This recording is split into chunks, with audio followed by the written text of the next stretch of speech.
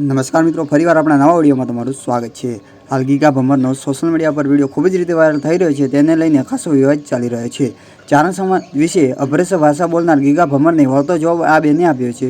તો મિત્રો જો આ વિડીયોની અંદર ગીગા ભમરને વળતો જવાબમાં આ બેને શું કહ્યું છે, તો વિડીયો વધુને વધુ લોકો સાથે શેર કરો અને મિત્રો આ ચેનલ પર નવા હો તો અવશ્ય ચેનલને સબસ્ક્રાઈબ કરવાનું પણ ના ભૂલતા। जय माताजी, जय मोगल, जय सोनलमा। હું કોણ છું એ તો મારી ઓળખાણ આપવી નથી, કારણ કે જો આ કપડામાં પણ તમે મને ન ઓળખી શકો તો મારી ઓળખાણ આપવી જ નકામી છે। માટે ખાસ તો એ વાત જણાવવાની છે કે હું હમણાં એક લગ્નમાં હતી અને ત્યાંથી મને એક વ્યક્તિએ વિડીયો બતાવ્યો કે બેનબા 2 મિનિટ જરાક આ વિડીયો તમે સાંભળશો, કારણ કે તમારા સમાજ વિશેનો છે અને તમે જરાક જોઈ લો યોગ્ય છે કે નહીં તમારી રીતે। તો મેં એ વિડીયો જોયો અને પછી ત્યાંથી મારે તાત્કાલિક પ્રોગ્રામ કેન્સલ કરી અને ઘરે આવવું પડ્યું। એનું કારણ છે કે એ વિડીયો એવો હતો કે એમાં એ વ્યક્તિ એવા શબ્દ બોલ્યો છે કે જે અમારાથી સેમ થઈ શકે એમ જ નહોતા।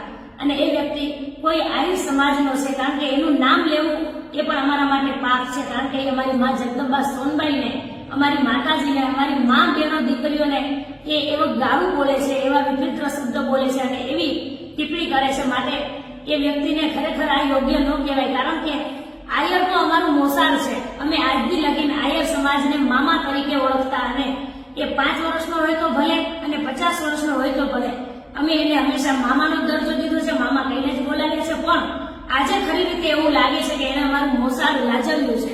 અમે જેને મામા કહેતા એ ખરી રીતે હક નથી એને મામા કહેવાનો, કારણ કે એ વ્યક્તિ ક્યાં બોલે છે, કેવા શબ્દો બોલે છે એ તો તમે જુઓ, અને એ કેવા સ્ટેજ ઉપર બોલે છે। અને ખાસ વાતનું દુઃખ તો એ છે કે એવડા સ્ટેજ ઉપર બોલે છે, સામે એટલું ઓડિયન્સ છે અને ઓડિયન્સ તો સમજાવો એ સ્ટેજ ઉપર જે જગ્યાએ બોલે છે એ જગ્યાએ એટલા મહાન માણસો બેઠેલા છે પાછળ, જે કાયદેસર રીતે મીડિયામાં દેખાય છે, પણ ત્યાં એટલું ટાળ્યું એટલે એવું માણસ નહોતું કે એ એવા ખરાબ શબ્દો બોલી રહ્યો છે ચારણ સમાજ વિશે, અમારી માતાજીઓ વિશે, કે એને રોકી શકે। આમ બધા કહેતા હોય કે કોઈના સારા કામમાં આંગળી ચીંધવી એ પણ પુણ્યનું કામ છે, તો આંગળી ચીંધવામાં પણ પુણ્ય છે। તો હું તો એમ કહું છું કે કોઈ સમાજ વિશે આવી ખરાબ વાતો કરી રહ્યો છે એ પણ સ્પીકર લઈને, અને એમાં ખાસ કરીને માતાજી વિશે એટલું બોલી રહ્યો છે, તો એને ખરી રીતે રોકવો જોઈએ। એવું ડાયું માણસ અહીંયા કોઈ નહોતું કે એ વ્યક્તિને ચૂપ કરાવી શકે, કે એને કહી શકે કે ભાઈ અહીંયા તારી ભૂલ છે, તું આ ખરાબ બોલી રહ્યો છે। એવા બોલવાના આ દિવસો નથી, આ જગ્યાએ આવું ન બોલાય। આ જગ્યાએ તો શું, કોઈ જગ્યાએ એવું ન બોલાય કે કોઈ સમાજને દુઃખ લાગે।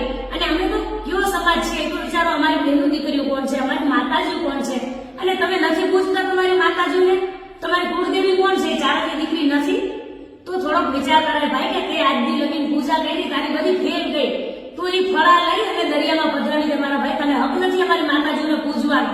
તો ખરી રીતે આ વિડીયો મારો જેમ બને તેમ શેર કરજો, અને હું મારી ચારણની દીકરીઓને પણ એક અપીલ કરું છું, હાથ જોડી અને એને અપીલ કરું છું કે જો ખરી રીતે તમે ચારણની દીકરીઓ હોવ ને તો આ માણસ માટે તમારી જગદંબાને પ્રાર્થના કરજો કે એનો નિવારો આવે અને એનું ધનોત નીકળી જાય। અને તું ચારણની દીકરીને એમ કહીશ કે સોળી, ચારની સોળીઓ આવે તો 2 પૈસા દઈને એને તબરી મૂકો એટલે અમે હું માંગલ લાગીએ છે તમને? તું ક્યાં એવા ચારણ સમાજનું ઘર ચલાવીને બતાવશો કે એવું તારા ઉપર કોઈ ઘર નભે છે ચારણની દીકરીઓનું, કે ચારણનું તું એના ઘરમાં 5 કિલો બાજરો થઈ જશો ભાઈ, કે એટલું બધું તું બોલીશ? એવું બધું ચારણે તમારું બગાડ્યું શું છે?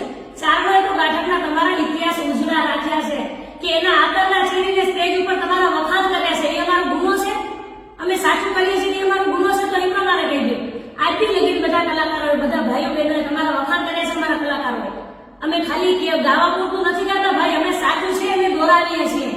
અને દુઆ દે કે ચારણ સમાજને ઈ વરુડી માને કે એને નવઘણની લાજ રાખી છે, નવઘણને અહીંયા દરિયામાં રસ્તો ન બતાવ્યો તો તમે જાળને બચાવી ન શકત।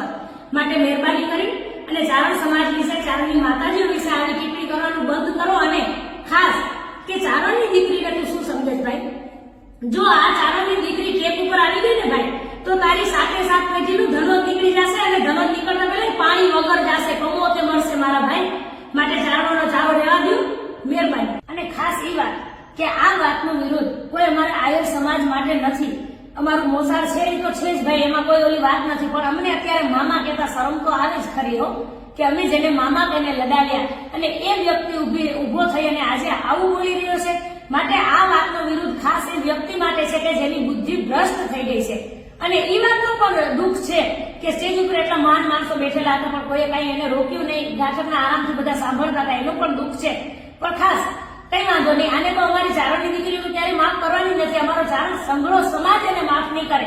એની સજા તો તારે ભોગવવી જ પડશે ભાઈ, આ ભાવમાં જ ભોગવવી પડશે. લખી રાખજે તું. જય માતાજી, જય મોગલ.